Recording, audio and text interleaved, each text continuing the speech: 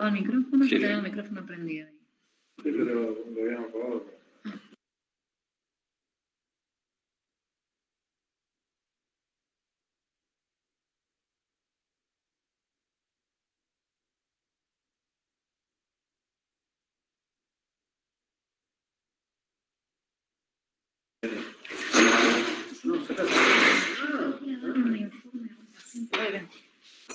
Hola, buen día. ¿Alguien quiere hacer alguna pregunta?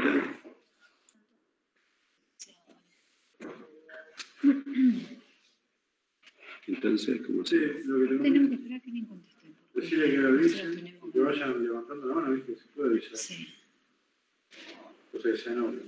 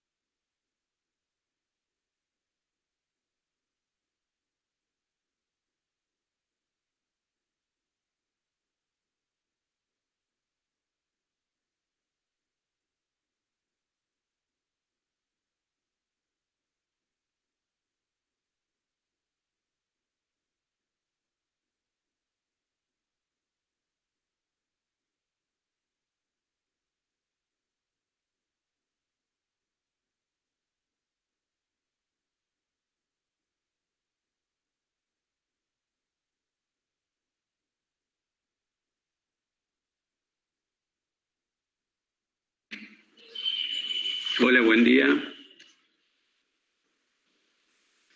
Buen día. Bueno, el que quiera hacer alguna pregunta. Si quieren, tienen también la opción de chat, si quieren preguntar por ahí. Nosotros estamos viendo el chat también, si es que alguien no quiere activar el micrófono por alguna cuestión. Yo quiero preguntar sobre bien el manejo de la epistasis en la guardia. Hola, ¿me escuchan? En particular, qué es lo que querés saber del manejo del paciente en la guardia? O sea, por ejemplo, yo sé que, bueno, tenés que interrogarlo, tomarle los signos vitales para ver si el sangrado repercute o no en el estado hemodinámico del paciente. Y bueno, después como que hay que pedirle que se suene la nariz para que o sea, la limpieza, se hace ahí la rinoscopía anterior para ver... Lo primero que tenés que hacer cuando tenés un paciente con epistaxis en la guardia, obviamente, al igual que cualquier paciente, que es la evaluación de los signos vitales, más en un paciente con un sangrado activo, es hacer el diagnóstico de qué tipo de epistaxis tenés enfrente. Porque la conducta va a ser muy distinta, desde la internación del paciente o la no internación, desde usar un tipo de tapón o usar otro tipo de tapón. Primero, hacer el diagnóstico de si estás ante una epistaxis anterior, una epistaxis posterior.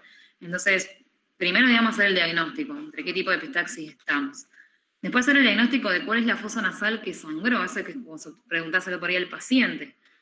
Y en base a eso te vas a tomar una conducta de qué tipo de tapón vas a usar y si ese paciente después lo vas a manejar internado o lo vas a manejar ambulatorio. Obviamente el paciente que tiene signos vitales conservados, un laboratorio que no evidencia una descompensación hemodinámica y que consideras que es una epistaxis anterior, podés tal vez hacer un taponaje y manejarlo de forma ambulatoria. Algo muy distinto es un paciente que tiene una descompensación hemodinámica, signos vitales alterados, un sangrado profuso o que va a hacer el diagnóstico que es una epistaxis posterior. Ese paciente siempre lo vas a manejar internado, ¿sí? No vas a hacer un manejo ambulatorio de él. Si vos considerás hacer un taponaje anterior, porque considerás que la epistaxis es una epistaxis no profusa, o considerás que es una epistaxis anterior, siempre, obviamente, nosotros lo que le indicamos acá a los chicos cuando vienen a hacer las prácticas, los medicatos de la guardia, es trabajar en limpio, siempre diagnosticar qué fosa nasal sangró primero, el paciente sabe cuál fue su fosa que sangró primero, después obviamente sangran las dos fosas, el paciente escupe coágulos por la boca, las fosas están comunicadas a nivel del cabo. Pero el paciente sabe cuál fue la fosa que inició el sangrado. Sobre esa fosa es la que yo voy a trabajar taponando. Pero siempre voy a trabajar en limpio, es decir, lavo la nariz con suero, hago sonar al paciente de la nariz, limpio bien todos los coágulos, dejo las fosas nasales permeables y recién ahí me voy a proceder a hacer el taponaje sobre la fosa sangrante. Si yo considero que la epistaxis es posterior y considero hacer un taponaje con Foley, es decir, un taponaje antero-posterior, ese paciente lo voy a manejar internado. Y es un paciente que si yo no tengo la complejidad para manejarlo en donde estoy trabajando y considero que lo tengo que derivar, lo voy a derivar en ambulancia, porque un paciente que tiene que estar internado, porque consideré que su epistaxis fue profusa, no lo voy a mandar a ambulatorio o otro efector, ¿sí?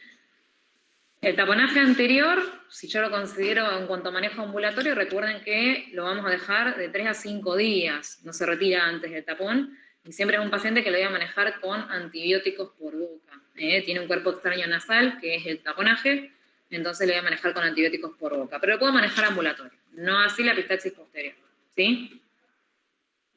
No sé si responde un poco a tu pregunta o querías encararlo más para otro lado. No, sí, está bien, gracias. Una pregunta, ¿qué antibiótico le das? Depende si el paciente es alérgico o no a las penicilinas y a los betalactámicos, pero nosotros de elección usamos amoxicilina clavulánico para un paciente que está con un cuerpo extraño nasal, que en este caso es el taponaje. Si el paciente es alérgico a los betalactámicos, alérgico a la penicilina, podés usar una claritromicina, podés usar algún otro antibiótico respiratorio. Pero en líneas generales, si no tiene contraindicación, amoxicilina clavulánico. Gracias. Una consulta. Sí, habla que yo después pregunto. Bueno, gracias. Yo quería preguntar, porque en el teórico se habló de la utilización de adrenalina y nitrofurazona, la adrenalina para vasocontraer y poder ver bien la nariz si se utiliza en la práctica, y la nitrofurazona también, con un pedacito de gasa decía que se colocaba. Nos gusta mucho la adrenalina nosotros en nariz, obviamente la diluimos. Como les decía anteriormente, trabajen siempre en limpio, en blanco, no trabajen con toda la camilla del paciente sucio en sangre. El paciente hay que lavarle la nariz, sacarle los coágulos, limpiarlo, y generás vasoconstricción nasal para después poder taponar tranquilo, en blanco. Hasta a veces haces diagnóstico de qué parte de la fosa está sangrando, cuando al paciente le controlás el sangrado profuso. Usamos algodones con silocaína y adrenalina, o silocaína y epinefrina, que ya vienen los francos de ampolla armados, en toda guardia hay. Entonces con la adrenalina generas un poco de vasoconstricción, y con la epinefrina le generas algo de anestesia local, porque la colocación de un taponaje es doloroso para el paciente. Traten de tener al paciente sentado cuando van a taponar, porque recuerden que la nariz es muy reflexógena, el paciente hasta puede hacer un vasovagal. Entonces siempre ténganlo vinculado a una vía, que alguien los ayude, o tener por lo menos un tensiómetro cerca, porque hay pacientes que pueden tener mucho dolor cuando uno lo tapona. Entonces con la silocaína uno hace algo de anestesia local, y con la epinefrina controlas un poquito el sangrado. Si no tenés esos frascos de silocaína con epinefrina, nosotros lo que usamos es algunas ampollitas de lidocaína, y le colocamos ampollas de adrenalina pura a los algodoncitos, ¿sí? En líneas generales sí lo usamos. Bueno, muchas gracias. Yo tengo una consulta en cuanto a tumores benignos de laringe, porque tengo, la verdad, un montón y no sé bien en cuál hacer hincapié. O sea, yo había estudiado bien los pólipos de cuerda vocal, el nódulo de cuerda vocal, edema de Reinke, pero después tengo un montón más y no sé en cuál más hacer hincapié. ¿Te los puedo nombrar? Sí.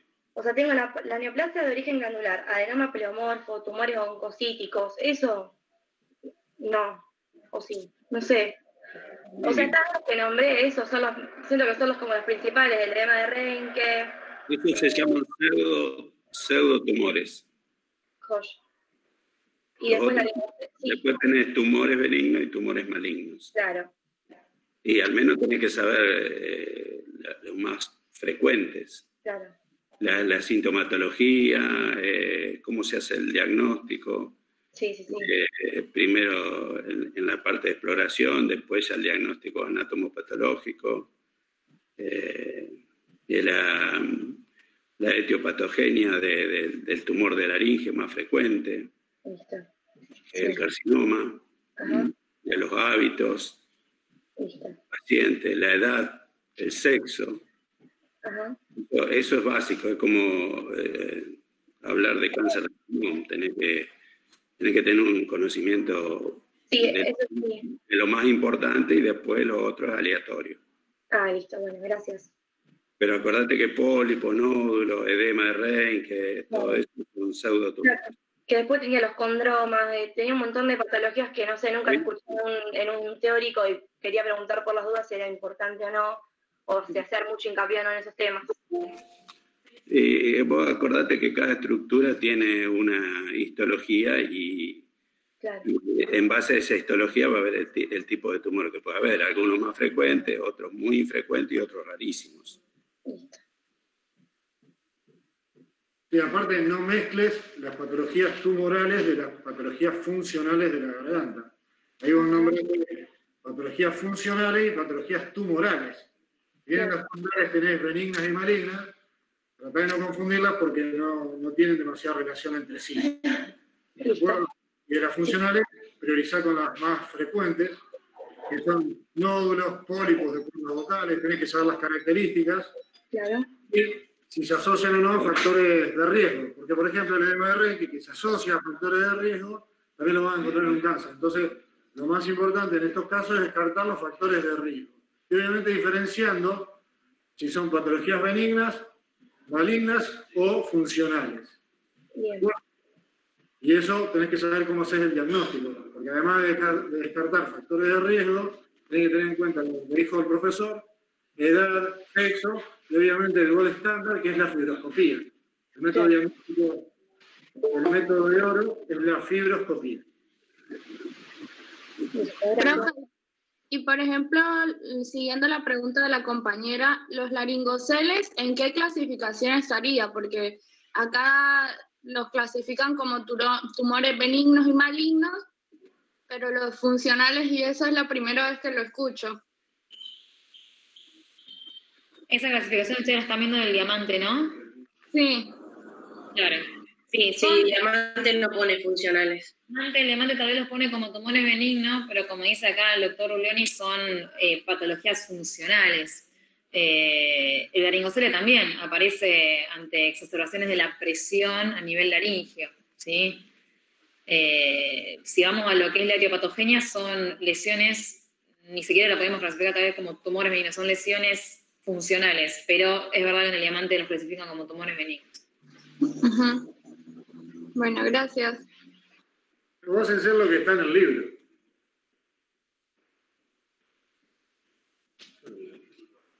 La clasifican como tumores, sí.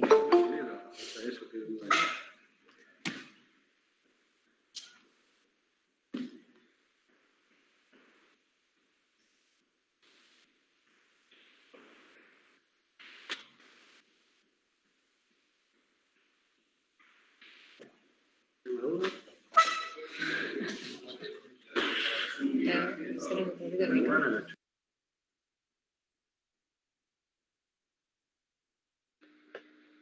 Hola, buenos días a todos.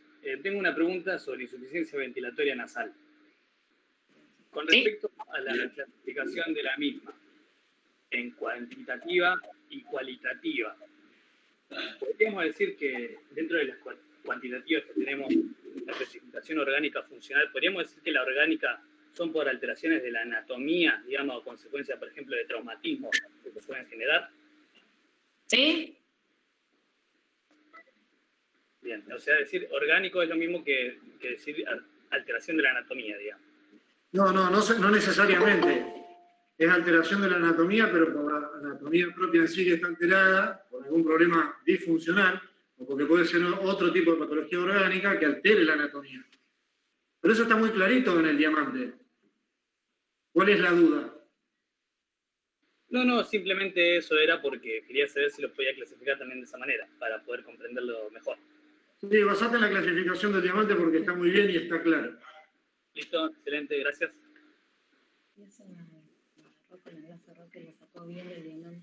Sí, yo te lo sé, eso está clarísimo. Hola, una pregunta respecto a lo que decía mi compañero de la clasificación de insuficiencia ventilatoria nasal. cada una, digamos, tiene sus causas respectivas, ¿no? Por ejemplo, en la cuantitativa de la orgánica tenés a nivel de la pirámide, intranasal y después faríngea. Por ejemplo, en lo que es faríngea tenés la hipertrofia adenoidea, después la intranasal, cuerpos extraños o traumatismo en lo que es la pirámide. Debemos saber, por ejemplo, hablar qué es lo que te da un traumatismo a nivel de la fosa nasal, en lo que es el hematoma, cómo resolver. Digamos, es necesario explicar cada una de las causas que te da esa insuficiencia ventilatoria nasal cuantitativa.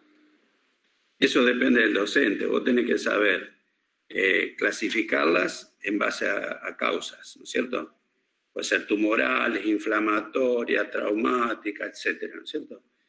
Y después te pueden pedir, háblame de tipo de fracturas, el hematoma, qué hay que hacer ante un hematoma de tabique, lo mismo un cuerpo extraño, cómo se saca el cuerpo extraño, cómo actuar ante un cuerpo extraño, según el tipo de cuerpo extraño, etcétera. Lo mismo si es causas inflamatorias, te pueden pedir el tratamiento de una adenoiditis, de una sinusitis. O sea, insuficiencia ventilatoria nasal es como un gran disparador de lo que es nariz y uno puede ir a preguntar las patologías en cuestión. Justamente hoy un ejemplo que es el hematoma tabique, que es un ejemplo bastante clave e importante, porque es importante que uno sepa diagnosticar y tratar, porque es una de las urgencias en el traumatismo nasal. Tal vez no es tanto la urgencia, la insuficiencia ventilatoria en sí, sino la urgencia es poder resolver el hematoma para que ese paciente no quede con una alteración anatómica nasal después a futuro. Entonces hay algunas causas de insuficiencia ventilatoria que son muy importantes que uno las sepa porque pueden ser preguntadas en el examen, obviamente. Es un gran disparador el tema. Claro, porque esto es como hablar de cefaleas. Claro. Hablar de insuficiencia respiratoria nasal es obstrucción nasal o dificultad respiratoria nasal. Como casi todas las patologías que se producen en la nariz cursan con una dificultad respiratoria nasal, es un disparador, como dice la doctora. Entonces, a partir de ahí yo te puedo pedir sobre tumores de nariz, tumores de Caun, angiofibroma juvenil, etc. O sea que, más o menos, no te olvides que este tema es tan amplio que abarca casi toda la especialidad en la parte rinosinusal. Claro, perfecto. Y respecto a lo que es traumatismo de pirámide, por ejemplo, yo tengo que puede ser obviamente unilateral, bilateral, y el método de reducción del traumatismo de fractura del tabique, generalmente se aplica método de reducción, más que nada el procedimiento, en las desplazadas o con minutas, que dicen, ¿no? Necesitamos saber cómo es ese procedimiento de reducción, por ejemplo, que te dice que es tenés que primero anestesiar lo que es toda la parte del tabique nasal, después hacer una reducción, ¿no es cierto?, que era cuadridigital, o sea, con 4 dedos. Después lo que va a hacer es tratar por medio palpar lo que es el tabique nasal y después colocar lo que es una férula, pero antes de eso el taponamiento nasal. Digamos, explicar todo ese procedimiento en un traumatismo con desplazamiento. ¿Está bien? Digamos, es así de explicarlo. Si querés ampliar a ese territorio, podés ampliar. Ahora, no es necesario que vos sepas las técnicas de reducción, etc. Ah, perfecto. Gracias. Yo tengo otra consulta sobre esteroides laringeos congénitos. En la parálisis recurrencial de los lactantes, que puede ser tipo unilateral, digo que cuando es unilateral, el tratamiento es inyección de teflón, esponja de gelatina. No entiendo eso, o sea, no sé cómo sería el tratamiento, no entendí. El tema de ¿en qué edad dijiste? En los lactantes, esteroide congénito, que puede ser por los traumatismos obstétricos y todo eso. Bien, ¿y qué querés saber? El tratamiento, porque yo estoy leyendo que cuando es unilateral, decía que el manejo puede ser expectante, pero también se podía hacer tratamiento como inyección de teflón, esponja de gelatina. No entendí esas técnicas, no sé qué. Eso en el lactante es muy poco probable que se tomen aquí. O sea, es expectante el tratamiento, entonces. Vos tenés 2 tipos de parálisis, las unilaterales y bilaterales. Sí. Y de cada una de ellas también en la posición que pueda quedar paralizada la cuerda vocal. Claro. La cuerda vocal puede quedar paralizada en forma central, que se llama aducción, o abierta, que es abducción.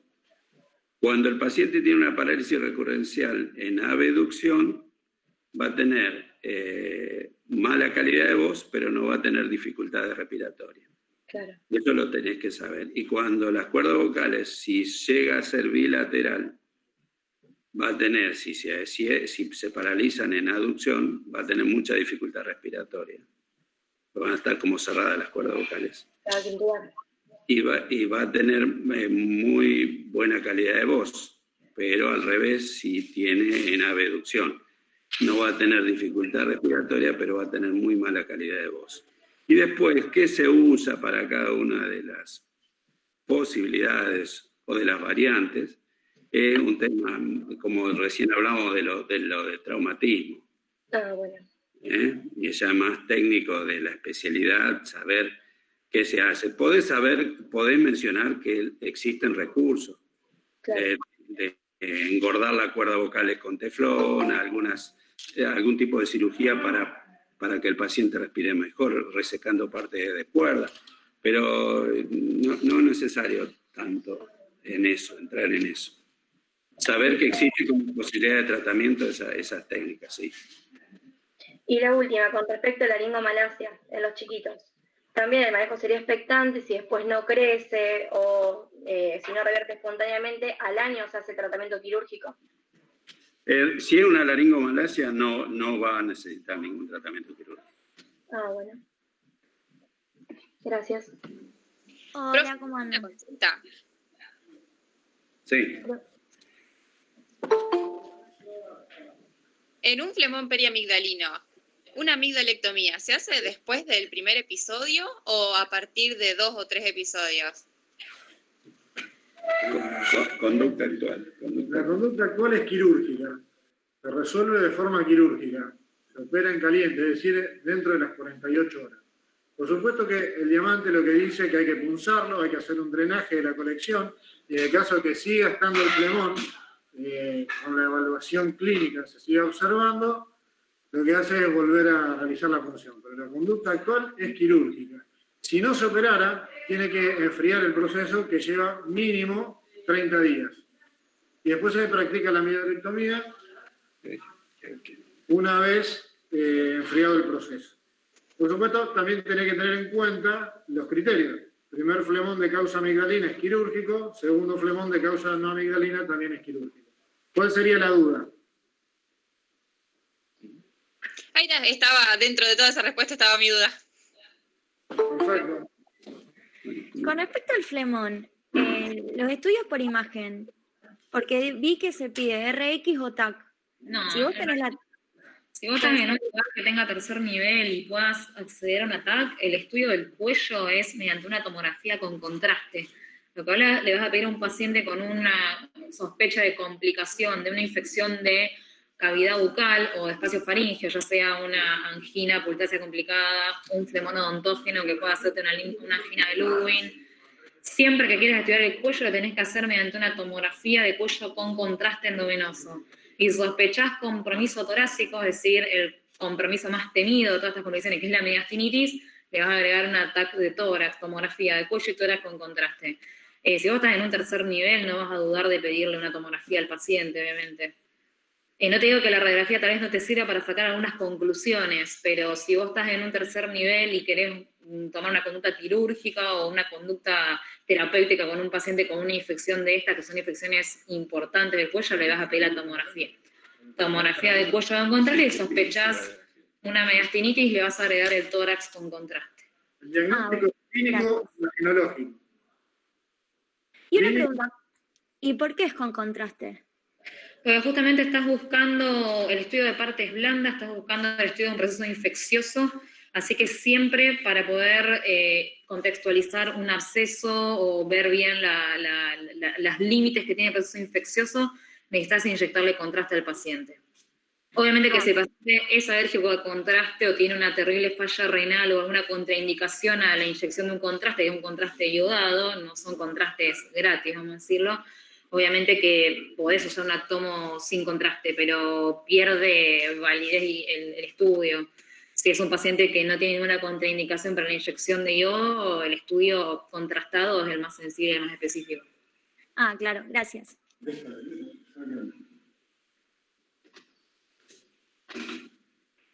Y con respecto a los antibióticos, porque vi que son endovenosos por 48 horas y después se rota vía oral, ¿no? ¿Por cuánto tiempo se da por vía oral? Vos pensás que un paciente con una complicación en cuello de un proceso infeccioso, ya sea angina de Ludwig, flemón periamigdalino, flemón paramigdalino, ya sea la complicación que tengas en cuello, es un paciente sí o sí con criterio de internación, eso no se discute. Por lo tanto, el tratamiento es antibiótico endovenoso. Y el tratamiento antibiótico endovenoso es reevaluando el cuadro del paciente. Hay pacientes que uno en 48 horas puede tener el cuadro resuelto, después le puede rotar a vía oral, pensar tal vez no, y hay pacientes que no, hay pacientes que los tenemos complicados, internados, se intervienen en quirófano, se reintervienen. Eso es muy, muy ambiguo, es muy de evaluación del paciente. La mayoría de los pacientes jóvenes, sin comorbilidades, después de la punción, el tratamiento quirúrgico, que eso te lleva unas 48 horas, evolucionan bien y uno puede estar pensando en rotar el antibiótico vía oral pensando en un probable alta. Pero hay pacientes que no. Hay pacientes que los tenés internados más días, que los intervenís, después los tenés que reintervenir. Es muy dependiendo de la evolución del paciente. Aparte, no te olvides que es un proceso que trae fundamentalmente dificultad para abrir la boca en algunos casos y disfagia intensa. Entonces, vía oral es también un problema. Así que si se quiere arrancar con vía inyectable, puede hacer con vía inyectable. Claro. Y también vi que decía que también se le ponía corticoides. Y algo que no entiendo es porque, o sea, si el paciente tiene una infección y vos le pones corticoides que inmunosuprimen... El corticoide dado en dosis adecuada, en cortos periodos de tiempo, no trae un inconveniente si lo das asociado a antibióticos. Si yo le voy a dar a un flemón un corticoide solo, sí, ahí seguramente voy a traer un problema. Pero el mejor antiinflamatorio en un proceso sedado es el corticoide. Claro, ¿y por cuánto tiempo más o menos? Si ustedes van a la clínica del flemón, ¿cómo está clínicamente un paciente con un flemón preamigdalino? Está trismado, tiene ahumamiento del paladar, más que nada el trismo, que es por parálisis infecciosa del pterigoide interno, que es uno de los músculos masticadores. Eso mejora muchísimo con los corticoides. Obviamente que uno no le va a colocar antibióticos, corticoides a dosis inmunosupresoras, ¿no? Y siempre va acompañado de una buena antibióticoterapia endovenosa. Pero la clínica del paciente, inclusive a veces uno considera la punción con un paciente con un trismus, como vienen muchas veces estos pacientes que no pueden abrir la boca, no pueden separar la hendidura de la boca, no podés punzarlo. Entonces sí o sí es un paciente que le vas a tener que ofrecer unos buenos antiinflamatorios y creo que lo más poderoso que tenemos hoy en día a mano son los corticoides. Entonces muchas veces ingresa un paciente con un trismo que no tiene apertura vocal directamente para poder trabajar en su boca y con unas dosis de corticoides ese cuadro mejora un montón y cambia y ya nos permite el trabajo. Entonces los corticoides endovenosos, por lo menos nosotros lo que es cabeza de cuello lo usamos bastante. Claro, ¿y por cuántos días? ¿Son solo un par de dosis nada más? Depende. También depende de la evolución del paciente. Recuerden que los corticoides no se pueden suspender de forma abrupta, súbita, por la depresión justamente suprarrenal, así que si los vamos a usar 10 días, los vamos a ir retirando escalonadamente. Pero hay pacientes que están capaz una semana, 10 días con corticoides, depende de la evolución. Hay pacientes que los requieren menos cantidad de días, hay pacientes que los requieren más. Depende 100% de la evolución del paciente. Ah, claro, gracias. Yo tengo una pregunta. ¿Con qué se retira un cuerpo extraño en laringe? Tenemos unos cuantos videitos dando vuelta acá en la sala. Es una actividad bastante frecuente de la guardia otorrinolaringológica. Depende de dónde esté el cuerpo extraño. Hay distintas. Vos necesitas una pinza cuya longitud y angulación te permita trabajar allá abajo, que es el laringe, ¿no? Una pinza de vía aérea que usa mucho anestesia, la pinza de Magir. La pinza de Magir es una pinza que tiene justo la curvatura y la angulación para llegar al laringe, pero es una pinza bastante cara, que por ahí no está al alcance de la mano para cualquier persona, o por ahí no está en una guardia general. Pero una pinza de Bertola larga, que es una pinza de cirugía general, una pinza no tan cara que en cualquier guardia tenés, te va a salir con curvatura como para llegar al laringe. ¿En qué parte en adultos es más frecuente que quede encastrado un cuerpo extraño? A nivel de la valécula, que se acuerdan de anatomía de primer año. La valécula era el espacio que estaba entre la epiglotis y la base de la lengua, ¿sí? Donde estaban los repliegues glosoepiglóticos. La amígdala lingual, que está en la raíz de la lengua, que es un poco más, es una región un poco más abollonada, medio irregular que tiene ahí la región, es una zona que le gusta mucho a las espinas de pescado, por lo menos a los cuerpos extraños pequeños, quedarse enganchados. Entonces, es una zona que no está tan alejada de la cavidad bucal y que con una pinza de Bertola larga llegás bien, o una hemostasia larga, tal vez la conocen, si el nombre correcto es pinza de Bertola larga. Hay veces que si los cuerpos extraños son un poco más grandes, hemos sacado de todo de vía aérea, desde espina de pescado, que es lo más frecuente, hasta hueso de pollo, prótesis dentarias, escarbadientes. Los cuerpos extraños más grandes, tal vez los escarbadientes, los huesos de pollo o las prótesis dentarias, tienden a querer irse al esófago, entonces se suelen enganchar o en esfínter esofágico superior o en senos piriformes, que es el espacio que está a los lados del esófago por detrás de los aritenoides. Y en los niños, que tienen generalmente amígdalas más aumentadas de tamaño que los adultos, siempre revisen en la boca, porque si un niño siente una sensación de cuerpo extraño, muy probablemente la tenga enganchado en la amígdala, y eso es muy sencillo de extraer, porque está muy al alcance de la mano y con una pinza no muy sofisticada uno lo puede sacar. En los niños entonces el sitio más frecuente es amígdalas, palatinas, muy a mano en la boca. En adultos el sitio más frecuente de cuerpos extraños pequeños como una espina de pescado es valécula o base de lengua, y cuerpos extraños más grandes, tipo hueso de pollo, prótesis dentarias, tipos escarbadientes, por eso se deben enganchar un poquito más en profundidad, si no están en esófago, están en senos piriformes, ¿sí?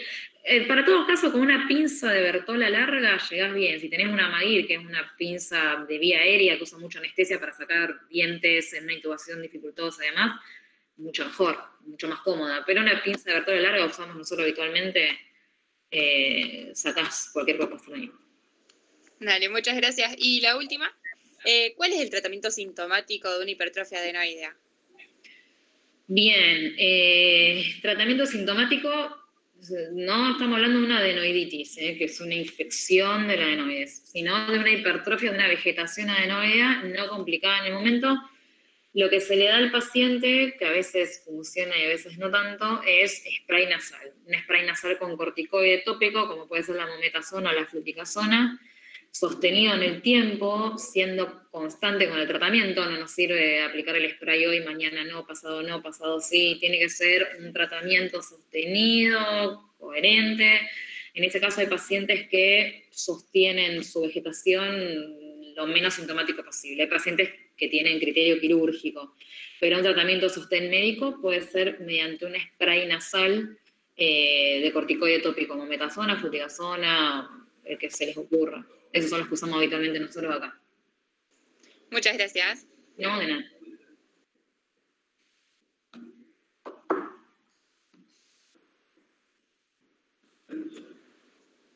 Bueno, mientras alguien piensa otra pregunta, te pregunto además, en una epistaxis, yo tengo como tratamiento que decía infiltración o el taponamiento anteroposterior, pero no tengo nada más aclarado en infiltración. ¿Qué sería? El tratamiento de una epistaxis nosotros siempre decimos que es totalmente artesanal. Tenés muchísimas formas de frenar un sangrado. ¿Cuál es la finalidad del taponaje? La compresión del sitio sangrante. Ninguna arteria se resiste a la compresión. Te puede sangrar la femoral, te puede sangrar la carótida, te puede sangrar la arteria, te puede sangrar, que vos comprimiendo le vas a frenar el sangrado del paciente, por lo menos momentáneamente hasta que lo puedas resolver. Ahora, ¿cómo frenás un sangrado en una cavidad que encima es incómoda de trabajar, que es la fosa nasal? Entonces tenés que frenar el sangrado activo comprimiendo. ¿Cómo vas a comprimir? Haciendo un buen taponaje. Por eso el taponaje tiene que ser apretado, no sirven esos taponajes flojos, esos pedacitos de gasa que meten dentro de la nariz, porque eso no contiene absolutamente nada. Vos pensás que la fosa nasal es un espacio grande que tiene un techo que está a nivel de la cavidad orbitaria, un piso que está a nivel del paladar, una coana que está a la altura del oído y la narina que está dentro. Imagínense la gran cavidad que es, hay que taponarla en serio, si no, no vas a frenar el sangrado, ¿sí? Entonces, tenés distintas opciones de tratamiento para el manejo de ese vaso que te está sangrando. Si es un paciente que no está con un sangrado activo, que a veces nos pasa que vienen a la guardia pacientes, generalmente son pediátricos, que los padres te dicen que le sangra siempre la nariz, pero cuando te lo traen no está sangrando. Esos son los típicos sangrados del área de Kieselbach. Son los nenes que se rascan la nariz, se tocan la nariz, se hacen sangrar, las cascaritas que se les forman en el Kieselbach le pican, entonces se vuelven a tocar, vuelven a sangrar. Es un círculo vicioso de epistaxis pero no están con un sangrado activo. Son pacientes con epistaxis autolimitadas, recurrentes, pero que en ese momento no está activo. ¿Qué le podés hacer en ese momento? Le podés indicar alguna crema vasoconstrictora, como es un rinogel, o hasta podés hacer lo que se llama la cauterización, ¿sí? Que la cauterización se suele hacer con algún ácido, como nitrato de plata, que quemás el área de Kieselbach y la zona que vos la ves cruenta, que es la zona que habitualmente le sangra al paciente. Ahora, si el paciente está con un sangrado activo, no lo vas a frenar con un ácido, con una cauterización, con un gel. A ese paciente hay que taponar, lo que es frenar el sangrado activo. Y ahí entra el rol del diagnóstico de si está ante una epistaxis anterior o ante una epistaxis posterior. Si la epistaxis es anterior, lo podés, digamos, frenar haciendo un taponaje anterior, como han leído ustedes por ahí, la gasa con furacina o con vaselina, dicen en otros libros, distintos tipos de tapones, ¿sí? Ahora, si la epistaxis es posterior, el sangrado es mucho más profuso y tenemos que aplicar sí o sí lo que yo les decía recién, el bloqueo completo de la fosa nasal, si no el sangrado no lo vas a frenar. ¿Y cómo vas a bloquear la fosa? Tapando la coana con el balón de una sonda Foley, es decir, vas a bloquear la coana con la Foley, pero adelante, a la narina, la estás dejando libre, por lo tanto la vas a bloquear poniéndole gasa, ¿sí? Entonces, vas a bloquear la coana con el balón de una Foley y vas a bloquear todo el resto de la fosa con la gasa, ¿sí? Eso es el taponaje antero-posterior. Pero opciones de taponajes, opciones de tratamiento de una epistaxis hay un montón. Está después en el médico en diagnosticar qué epistaxis tiene el paciente, entonces qué herramientas de las que yo tengo voy a usar. Si no es una epistaxis activa y es el típico nene que le sangra la nariz siempre, la cauterización con ácido, algún gel, alguna pomada. Y si es una epistaxis activa, hacer el diagnóstico diferencial entre epistaxis anterior y posterior. Si es anterior, tenés distintos tipos de tapones, ahora están los Merocel, que usamos nosotros a veces, la gasa, pero tiene que ser apretada. Y si es una posterior, sí o sí el bloqueo completo de la fosa, con la Foley atrás con un buen balón que te cierra y adelante gasa apretada, ¿sí? No sé si eso responde la pregunta. ¿Vos qué me habías dicho que habías leído? Claro, en la epistaxis posterior tengo anotado como infiltración o el taponaje anteroposterior, como que esa infiltración no sabía qué era. No, si no tenemos, o poner esos pacientes que vos le haces el taponaje anteroposterior y no te funciona, te fracasa, que no es frecuente. O sea, cuando el taponaje anteroposterior está bien hecho, el taponaje no fracasa, el taponaje funciona. Pero por ahí tenés la opción también de ir directamente al tratamiento quirúrgico. O sea, la epistaxis anteroposterior es o Foley y taponaje anteroposterior o tratamiento quirúrgico. En ese caso vas a buscar la teoría fenopalatina y no es que la infiltrás, directamente la cauterizás, digamos. Trabajás en la fosa, buscás la pared lateral nasal y te vas a la fenopalatina y directamente cauterizás la fenopalatina. Esos son los dos tratamientos de la epistaxis anteroposterior, el quirúrgico buscando la fenopalatina o el poniendo el Foley. Tal vez no está correcto el término, ¿cómo fue que me dijiste el término? Infiltración. No creo que se tildó internet. Claro, perdón, sí, de infiltración. Pero bueno, sí, ahí entendí bien. Bueno, muchas gracias. Tratamiento quirúrgico versus tratamiento médico. Tratamiento médico es el taponaje anteroposterior y quirúrgico es la fenopalatina, ir a buscar la fenopalatina. Genial, gracias. La última consulta. Sobre el carcinoma escamoso a nivel de laringe, en cuanto al tratamiento, yo tengo anotado esto, quiero saber si está bien. En estadio 1, que se puede hacer rayos con una microcirugía. Estadio 2, laringectomía parcial o quimio o rayos, si no es posible hacer la cirugía. En el 3, laringectomía total con o sin vaciamiento ganglionar. Y en el 4, cirugía de rescate o quimio y rayos. Sí, ¿cuál es tu duda? No, si está bien, quería saber si está bien eso que tengo anotado, porque lo tengo con un papelito, debe ser de una clase o no sé, una compañera que me lo pasó. Quería saber si estaba bien. Sí, básicamente está bien. Lo que pasa es que hay algunas variantes en base a la clasificación TNM. Claro, y algunos protocolos van cambiando. Ustedes sepan, básicamente, en reglas generales, lo que dice como tratamiento del diamante, sí, pero nadie les va a exigir que sepan qué tratamiento se aplica ahora. Ah, buenísimo. Eso es como dijo el doctor hoy cuando ustedes le consultaban sobre el tratamiento específico de una reducción nasal. O sea, ustedes sepan que el tratamiento sería ese, pero nadie les va a exigir cómo sería específicamente la reducción. Esto sería el mismo caso también. No hace falta que sepan el protocolo actualizado sobre el tratamiento del cáncer de laringe. O sea, ustedes tienen que saber que hay distintas fases, distintos estadios, tienen que saber por ahí cómo estadificarlo, pero qué tratamiento se hace, básicamente sepan las alternativas del tratamiento. ¿Entiendes? Y una pregunta, ¿cómo se estadifica bien? ¿Cómo? ¿Cómo lo haces para estadificar? Se estadifica en base a los datos que vos obtenés de las imágenes, de la inspección, de la presencia o no de ganglios, presencia o no de metástasis, la zona invadida en el lugar del tumor, si toma una cuerda, si toma la comisura, si la cuerda está infiltrada y rígida, si una hemilaringe está respetada, o si una es epiglotisola y no invade a la glotis, etc. Eso en base a la invasión local, la invasión ganglionar y la metástasis. Claro, mi duda era qué estudios vos de imagen pedís de rutina. La rutina se pide de inicio, el diagnóstico se hace en base a la clínica, se pasa por los estudios de fibroscopía o endoscopías, y después generalmente en la laringe se usa mucho la tomografía, porque tiene estructura cartilaginosa y tiene estructura ósea. Entonces se puede pedir tomografía con contraste, para ver la parte de tejidos blandos se puede pedir una resonancia. Bueno, también algunos estudios por imágenes van alternando en función del tipo de lesión que estemos buscando. Claro, pero entonces lo que tenemos que saber es que de rutina vos le vas a pedir una tomografía de cuello y después vas a ir viendo. Sería.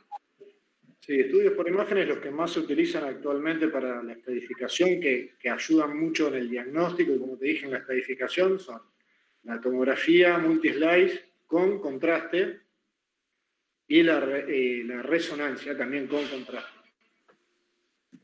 ¿Solo en el cuello o también pedís tórax, cabeza?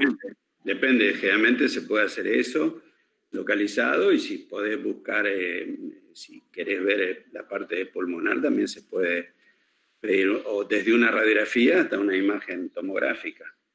Lo que pasa es que también depende de la localización del tumor, es como que estás preguntando muy en general, pero básicamente si estamos hablando de algo de laringe, lo primordial sería el cuello, y después en base justamente al tipo de tumor y la localización que estemos viendo, a través de otras imágenes, como la de la fibroscopía, por ejemplo, ahí uno considera o no la posibilidad de extender el estudio al tórax también. Por supuesto que en algunos tumores, o ya avanzados, siempre por protocolo también se estudia el tórax. O sea, doctor, que fundamentalmente los dos primeros pasos que no podemos dejar de dar es la conclusión clínica que nos da el examen de ese paciente, y la fibroscopía directa para ver dónde está, y a partir de ahí continuar con los estudios y la complejidad. Exactamente. No, porque si no es un montón de estudios superpuestos que las dos primeras cosas, digamos. Exactamente, muy bien. Eso es lo que queríamos escuchar. ¿Por qué? Porque están preguntando específicamente sobre qué tipo de estudio y por qué y hasta dónde tiene que llegar ese estudio complementario, que si bien es muy útil, uno no tiene que pasar por alto la primera fase de todo esto, que es el interrogatorio, la edad, los factores de riesgo, los estudios por imágenes que no son a través de irradiación, como por ejemplo la videofibroscopía, y en base a todos esos antecedentes, incluso, como le decía, interrogatorio, examen físico, fibroscopía, y después de ahí en más, ya sospechando estar ante la presencia de una lesión tumoral, ahí uno empieza a considerar qué estudios complementarios son los que corresponde hacer. Por eso está muy bien lo que vos decías, y no me parece a lo mejor especificar tanto hasta dónde tiene que llegar el estudio complementario o si es tal o cual mejor que otro. Claro. Sí, por supuesto, para estadificarlo hay que considerar los estudios complementarios porque son de gran utilidad, No, por supuesto. sin pasar por alto lo que vos muy bien decías. Pero sí, claro, yo para tener una idea de dónde estoy parado, si no paso por esos 2 primeros pasos, no puedo saber si sigo con el estudio del tórax, si esa persona tiene un tumor lo suficientemente avanzado como para haber dado 2 metástasis, y bueno, y en toda esa dinámica me pierdo. Absolutamente de acuerdo. Así es como debe ser. Primero el examen clínico fundamental y elemental. Y después de ahí en más ir avanzando. Perfecto, muchas gracias. Yo tengo una duda. Con respecto a los exámenes complementarios, para la estadificación y tomar la conducta del tratamiento, ¿hace falta una biopsia? ¿Cómo para la estadificación? Claro, pero nosotros venimos estadificando, como decía recién el compañero, bueno, con los primeros pasos, después podemos pedir un ATAC. Vamos a aclarar algo porque eso es muy claro también en el libro. ¿Cómo haces vos para confirmar que está ante la presencia de una patología maligna? En este caso, un carcinoma epidermoide de laringe, por ejemplo. Biopsias. Exacto. Entonces, uno lo va a estadificar cuando sabe de qué patología se trata, por supuesto. Eso es algo elemental. Es anatomopatológico. Una vez que tenemos el diagnóstico, recién ahí pensamos en la estadificación, pero esto es elemental para cualquier patología. Bien, perfecto. Gracias. Profe, ¿las metástasis son solamente linfáticas? No, pero eso está... a ver, La forma de diseminación. Sí, el cáncer de laringe. No, pero escúchame, eso está muy clarito en el libro. ¿Cuál es la duda en base a eso? Porque acá lo que estamos tratando de hacer es resolver las dudas que tengan en base a los temas que estuvieron estudiando. Perdón, Está muy claro en el libro. me expresé mal. Sí, la metástasis en su mayoría son las linfáticas. No, se ve que no lo leíste bien porque depende de la localización. Ah, listo. Bueno. Te recomendaría que por ahí estudies bien, en base a la localización del tumor de laringe, tiene una determinada frecuencia en base a cómo se disemina. Claro, porque por lo que en el libro del diamante dice que hay cierto que tiene mayor frecuencia de diseminación, pero habla solo de diseminación linfática. No, pero depende de la localización. Por eso te recomendaría que lo leas bien.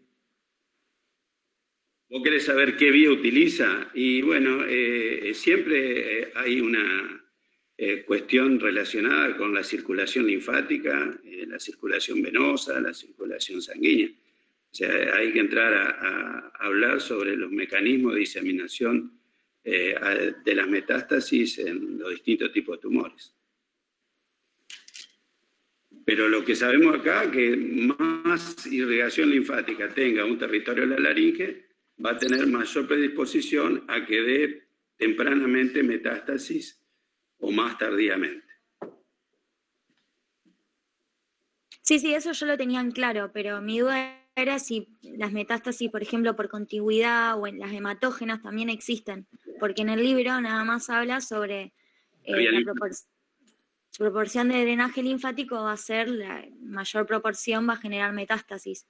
Pero mi duda es, como también existen las metástasis hematógenas, las por contigüidad, si en el cáncer de laringe son relevantes, como hay en otros cánceres. En la laringe es mucho más relevante la vía linfática. Claro.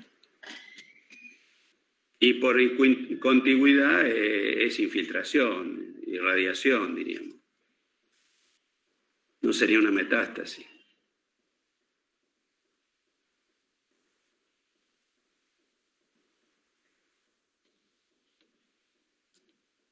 Bueno, vamos a ir terminando. Ya estamos cerca de la hora.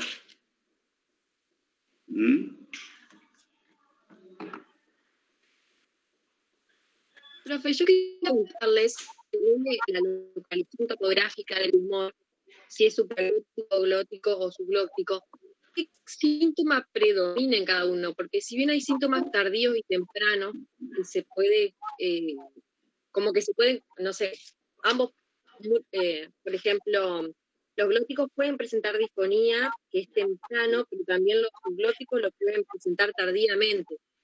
Entonces, para guiarnos un poquito en cómo sospechar uno y otro. No, eso también está bien explicado en las clases y en el diamante. No sé qué querés saber exactamente. La supraglotis da fundamentalmente síntomas disfágicos, deglutorios, vamos a decir. Ajá. Los glóticos dan fundamentalmente sintomatología fonatoria. ¿Vamos? Bien. Eso es bien grosero. Y después según lo más temprano o tardío de la evolución del tumor, va a ir ampliándose a otros territorios, puede tener disfonía con disfagia, puede tener disfagia con disfonía, puede tener dificultad respiratoria por invasión de la luz, etc. Pero ya estamos hablando de otras circunstancias que no se dan cuando la sintomatología es precoz. Por eso es tan importante saber cuáles son la clínica precoz y cuál es la clínica tardía. Bien, perfecto, gracias, profe.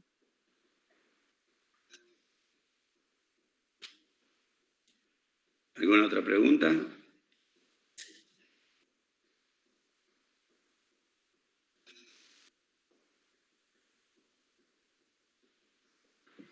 Hola, yo tengo una pregunta. Bien. Es una duda que me dijeron que sobre cuando hay edema subglótico en el examen físico no es recomendable el uso de bajalenguas, ¿puede ser? Para la exploración.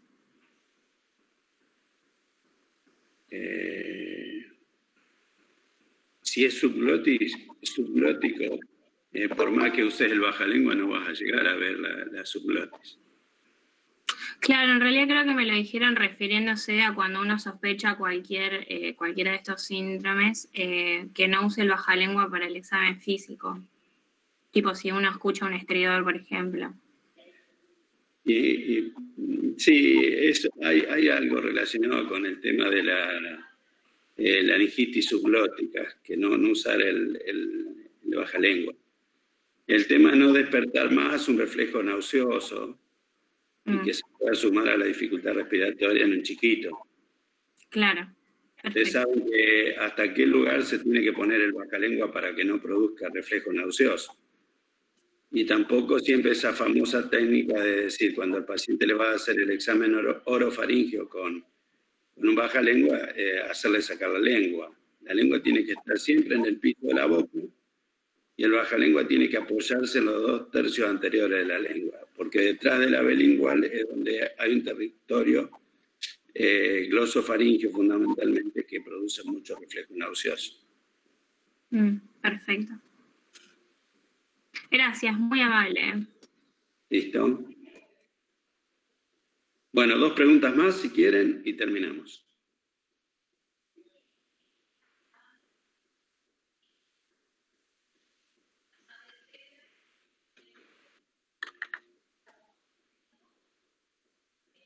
Si no hay más preguntas, terminamos.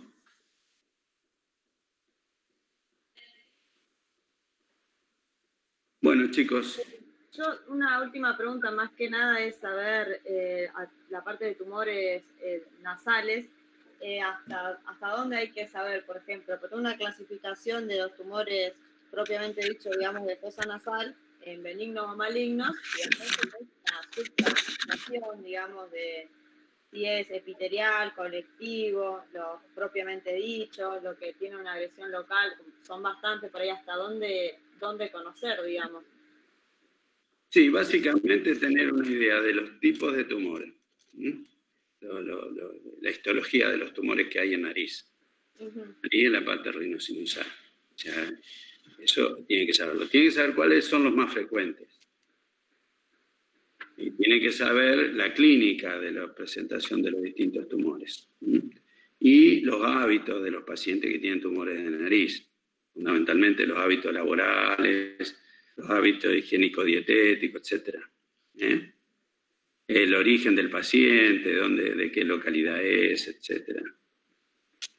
Claro, sería más que nada como lo que estuvimos hablando hoy, que comentaba el compañero de laringe, que primero era la clínica, todo el examen físico del paciente, después el estudio más básico, digamos, y después recién ir por los estudios más complejos, lo que sería una tomografía, resonancia. Sí, acá es distinto, acá estamos hablando de contenidos. Claro. Estamos hablando de contenido. Hoy estamos hablando de procedimientos. Acá vos me estás preguntando hasta dónde me extiendo yo en el estudio de los tumores de nariz. Eso es lo que yo interpreté. No, sí, totalmente.